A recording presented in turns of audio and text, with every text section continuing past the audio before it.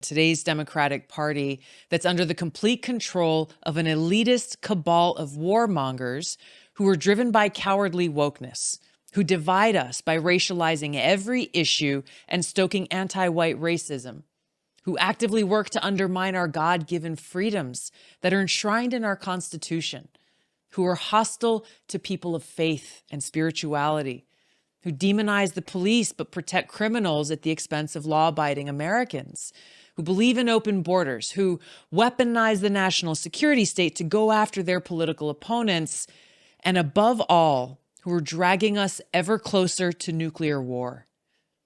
Now, I believe in a government that's of the people, by the people, and for the people. Unfortunately, today's Democratic Party does not. Yeah, there you go. Pretty strong stuff. And, she's not a conservative. Those are values that used to be universally shared.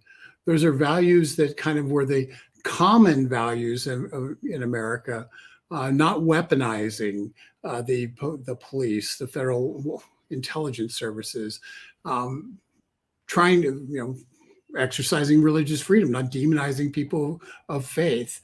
Those are kind of used to be standard kind of common ground that the left and the right both stood on.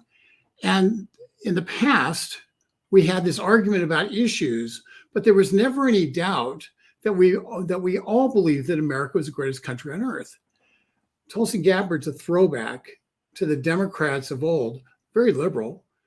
She sounds like a conservative in that statement, but the fact is, on the issues like socialized medicine and all sorts of different issues that are big government issues, she's a big government person. She believes in big government. But the truth is, at a core, she believes in America. And the reason this sends shockwaves to the Democratic Party is that's who they used to be. And there's a lot of Democrats who are just coming to the conclusion that that's not where they are anymore. And Tulsi Gabbard, through leaving, is creating a problem, because if those national security Democrats who still believe that America is the greatest country on earth and worth fighting for, if they leave the Democratic Party will become nothing but a shell of what it used to be. Gabbard's putting her money where her mouth is. She's gone to New Hampshire today and she is campaigning against the Democrat senator from New Hampshire, Maggie Hassan, because Hassan has not stood up for American values. And so she's campaigning for the Republican nominee. She has not become a Republican. She's an independent. But the fact is, she has an opportunity to really create a quantum change in how politics is done in this country. And hopefully the Democratic Party will feel this shockwave and will understand that they need to be pro-American before they're anything else.